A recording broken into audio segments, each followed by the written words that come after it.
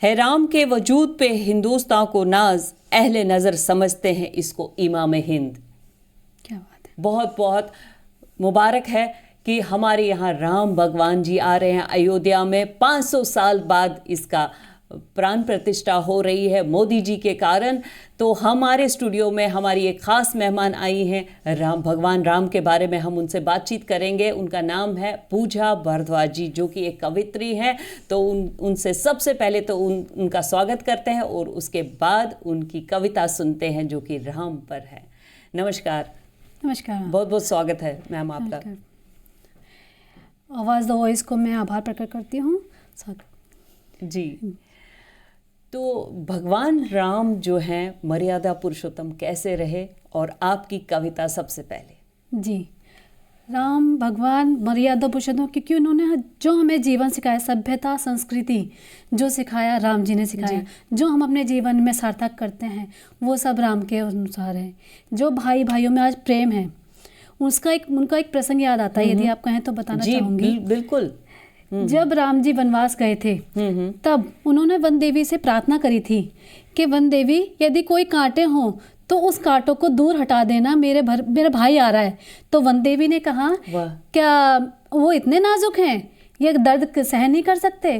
कह रहे नहीं, वो बहुत शक्तिशाली है, बहुत ताकतवर है, मगर यदि उसे कांटा चुभा तो वो दुख में जाएगा कि मेरे भाई मेरी वजह से इस रास्ते से निकले हैं।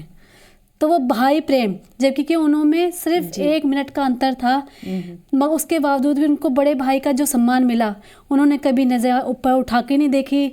तो वो जो सम्मान दिया, मर्यादा रखी वचन को निभाने की, सब हमने उनसे सीखा। रिस्पेक्ट माँ के प्रति, पिता के प्रति, कि नहीं जो वचन उन्होंने माँ ने दिया था वो हमारा कर्तव्य बेटे के अनुसार कि हम उसको पूरा करें, चाहे किसी भी हालत में हो। तो वो उन्होंने पूरा करा और मर्यादा पुरुषोत्तम कहलाए। और आज हम भी ये जो अपने बच्चों को संस्कार देते हैं, भाइयों के लिए, माता पिता के लिए, सब उसमें से निकलते हैं। कई कवियों ने, कई लोगों ने इनके ऊपर लिखा है, कविताएं लिखी हैं, तो हम आपकी कविता सुनना चाहेंगे। जी जी बिल्कुल। जैसे कि राम सबकी नज़रों में अपने अपने नाम होते हैं जी। जैसे कहा गया मेरे राम मेरे अपने अपने राम, राम से बड़ा राम का नाम। तो मेरी नज़रों में राम क्या है, इससे पहले 2 लाइनें कहूँगी जी। नदियों में गंगा बड़ी, बड़ा रामेश्वरी धाम, अयोध्या बड़ी नगरी, जहाँ जन्मे है श्री राम, जहाँ जन्मे है श्री राम। तो मैं अपनी कविता रखती हूँ जी कि मेरी नज़रों में राम क्या है। कहने के लिए राम से 2 शब्द हैं, राम, और उनके बिना मरा भी नहीं सकता, मरा। तो राम शब्द में राम 2 शब्द है, राम ही है किताब, राम 2 शब्द है, राम ही है किताब, राम शून्य भी है, राम ही है आगाज, राम धर्म भी है, राम ही संस्कार, राम 2 शब्द है, राम ही है किताब, राम से ना बड़ा, राम माया अपार, राम से ना बड़ा, राम माया अपार, राम 2 शब्द है, राम ही है किताब, राम सुर ताल है, राम है मौन भाव, राम सुर ताल है, राम है मौन भाव, राम अंदर भी है, राम ही स्वभाव, राम अंदर भी है,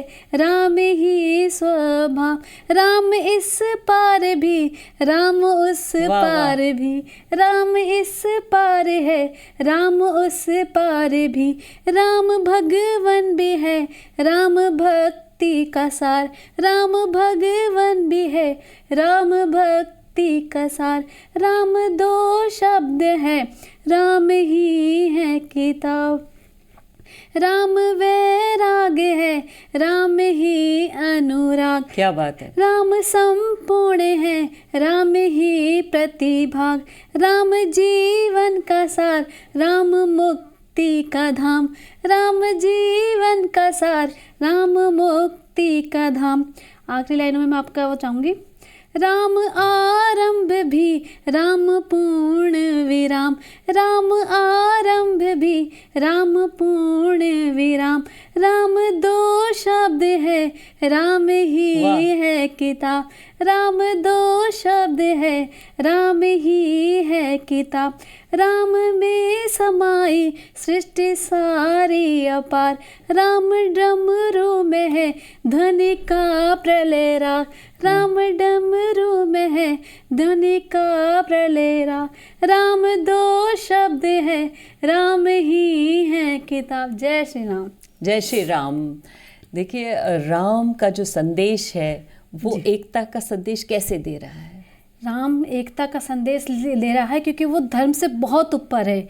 चाहे हिंदू हो या मुस्लिम हो, जो परिवार में प्यार बनाना सिखाया वो राम जी ने सिखाया जी। क्योंकि हमारे समय में, उनके समय में कभी था ही नहीं कौन हिंदू कौन मुस्लिम, सब एक थे। तब से लोग राम को जानते हैं, इसलिए वो एकता का संदेश है। आज हिंदुओं से ज़्यादा मुझे लगता है कि मुसलमान वहाँ जा रहे हैं, राम आ रहे हैं, क्योंकि राम पहले अखंड भारत था हमारा, तो राम एक थे। राम है तो ये सृष्टि है, राम ही सब कुछ है। तो वहाँ का जो पूरा कंस्ट्रक्शन जो हुआ है, पूरा डिज़ाइन जो वो एक मुस्लिम ने ही किया हुआ है, वही कर रहे हैं कि इसी से तो अपना एक एकता का संदेश मिलता जा रहा है। तो हमने पुरुषोत्तम राम की बात की, हमने उनकी नाम की कविता सुनी, तो गंगा जमनी तहजीब भी इसी में आती है कि? हाँ जी, गंगा और यमुना दोनों को मिला के हमने जमुना बनाई गई है। तो इसी तहजीब में उन्होंने कहा कि सब एक समान हैं, क्योंकि जब वो दोनों बहती है तो एक ही संगम में, एक ही सागर में जाके मिल जाती है, जैसे राम है। वाह, वाह। राम में सब कुछ समा जाता है। उसी तरह से उसी तहजीब को उन्हें सारी जगह से मिलते हुए उनको वो बनाई गई है। जी जी जी, बिल्कुल सही कह रही हैं आप। और अच्छा लग रहा है कि ये उत्सव होने जा रहा है कि राम मंदिर विषय में आम जनमानस की क्या राय है, जो आम जनता है उनकी क्या राय है? जी, राम की तो वो तो हम जिसकी प्रतीक्षा कर रहे थे, आज वो पूर्ण होने जा रहा है। 500 साल से 500 साल से इंतजार था, क्योंकि देखो राम तो कण कण में हैं, आज भी हैं, कल भी होंगे, मगर जो प्राण प्रतिष्ठा थी जिसकी हम 500 साल से इंतजार कर रहे थे, वो राम अब आ रहे हैं। तो एक उल्लास है अंदर कि हमारे राम जी आ रहे हैं। यदि हम ऐसे बोलते ना तो हमारे रोंगटे से खड़े हो जाते हैं कि हमारे राम जी आ रहे हैं। जी आज। जी जी, राम लल्ला आ रहे हैं, राम लल्ला आ रहे हैं हमारे। बिल्कुल सही कह रही हैं आप। तो कई कवियों ने इनको इमाम हिंद, जैसे इकबाल जी ने इनको इमाम हिंद का वो दिया है, दर्जा दिया है। और पुरुषोत्तम रहे हैं, इतने गुणी रहे हैं, इतना पावर उनके पास था कि उन्होंने जब धनुष बाण तोड़ा तो उसके बाद भी उस पावर का इस्तेमाल नहीं किया, बल्कि उनको खुद भी वो इतने इनोसेंट रहे हैं भगवान राम जी। बिल्कुल, क्योंकि वो इतने उन्होंने लगा ही नहीं। धनुष तो वो हमेशा चलाते, तो उन्होंने कहा नॉर्मल तो धनुष है, मैं उठा लेता हूँ।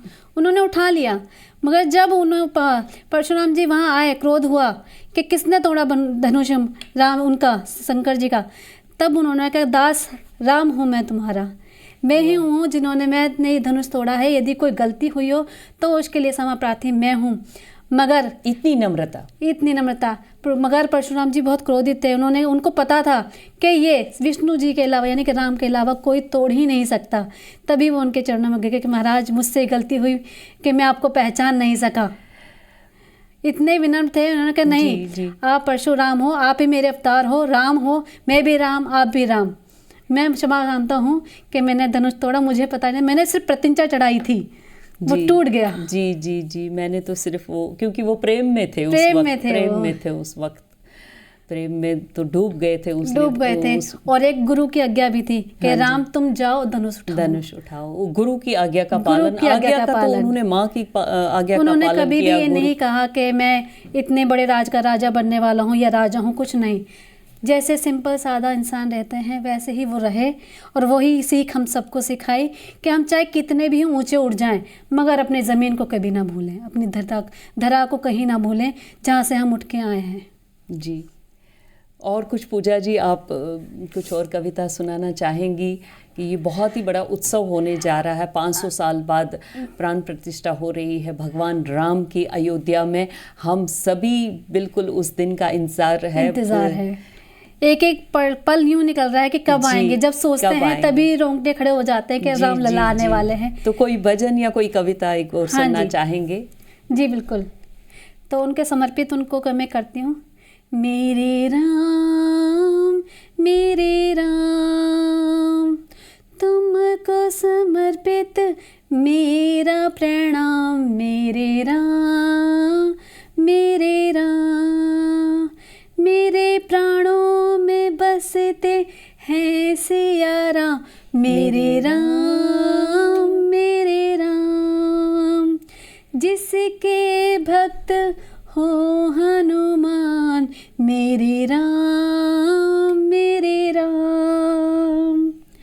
सुख हो चाहे दुख की हो छाँव। मेरे राम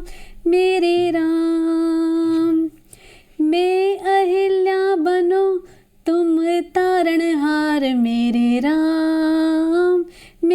राम तुमको समर्पित मेरा प्रणाम। मेरे राम तुम हो मेरे राजा राम। मैं बन दासी करूं प्रणाम। मेरे राम जय श्री राम। बहुत बहुत धन्यवाद, बहुत बहुत धन्यवाद। मेरे राम। जय श्री राम। जय श्री राम।